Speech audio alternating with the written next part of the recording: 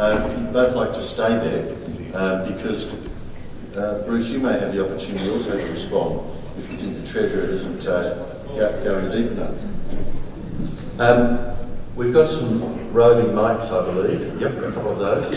And what I'd like to do, be a little... Is Margaret Reynolds here?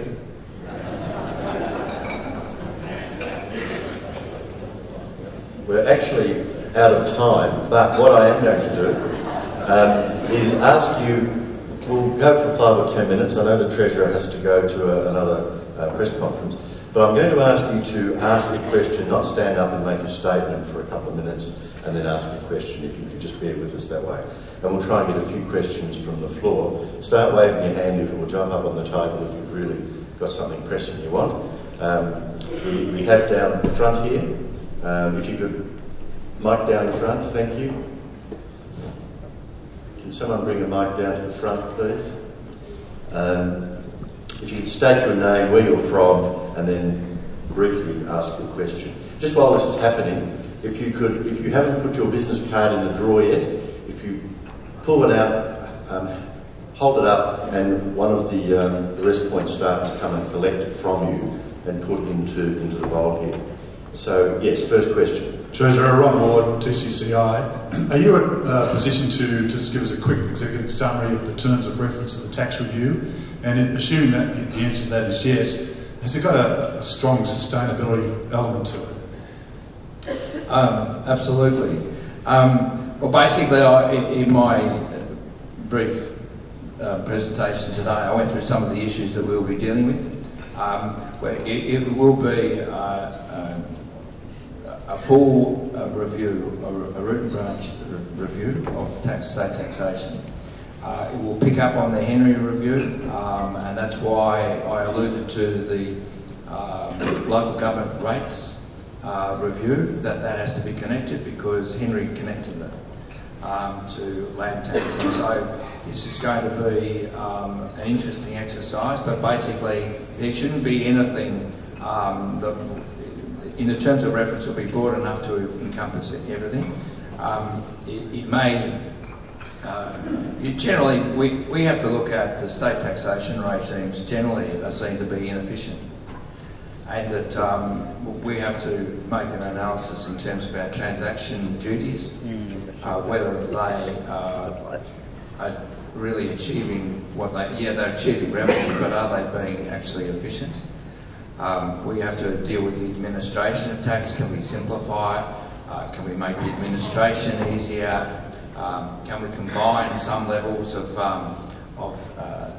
taxation which can be bundled for business into one particular provision? I think we are a low tax environment. We will maintain that, but I do think we can become more efficient.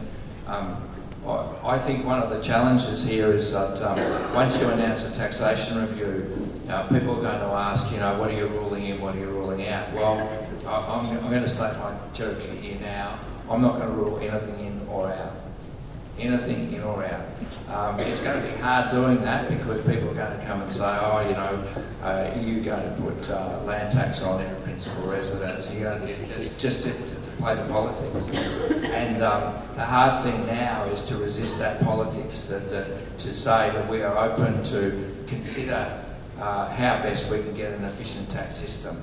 I see this as a moment in Tasmania's history that we could perhaps set the example to the rest of Australia if we get this right. And that the reason that I want Peter Gutwein and Tim Morris involved is that we have to, the only way we can build a different tax system, or a better one, is by having a broad consensus.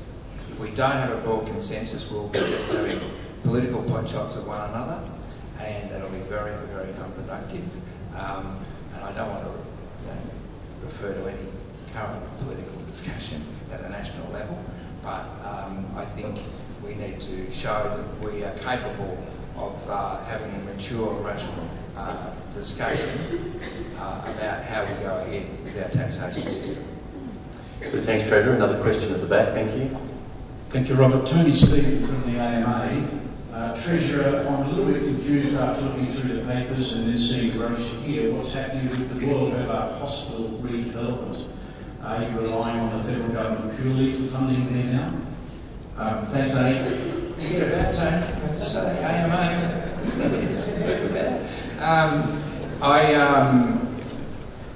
no, we're not relying totally on the Commonwealth Government, but what has occurred from the health and hospitals reform process that at COAG is setting up a model of funding. There were discussions coincidentally yesterday in Melbourne about this and how it's going to actually work. Once those discussions have been had in terms of the principle of the funding, then obviously we have to engage with the Commonwealth to see what requirements are going to be from the Commonwealth. Notwithstanding that, you know, the Premier and I, the Deputy Premier and or the Minister for Health will always be looking to gain an extra advantage as we go through these discussions in terms of getting our share from the Commonwealth. And that we haven't made an allocation in this budget for that project. We will not be declaring our hand from a position of just securing the optimum value from the Commonwealth to support the redevelopment of the project, but we're not going back on to our vision for the future for the Royal. Does this involve borrowing? We have made sure that we stay in general government net debt free, and so we'll be maintaining that position. If there was any requirement to borrow, there would merely have to, the business case would have to stack up in terms of servicing that. But at the moment, until the formula is worked out with the Commonwealth, we won't know how the Commonwealth are going to make their contribution. But we haven't envisaged any borrowings on it. Thanks, Treasurer. Another question over here. Janice McKenna, CEO, Carers Tasmania. Congratulations, Treasurer, on the budget. Traditionally, in January each year, community services organisations get the opportunity to express interest for one-off or increased funding, HAC funding. This opportunity didn't present this year. I am aware that there is issues that there is confusion as to whether the HAC funding will stay with the state or will move to federal.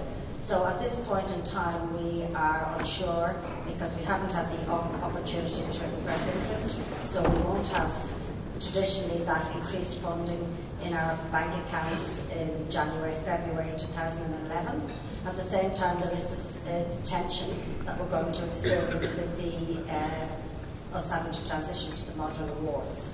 And the question, Janet? Could the Treasurer shed any light on what's happening with the HAC funding? No.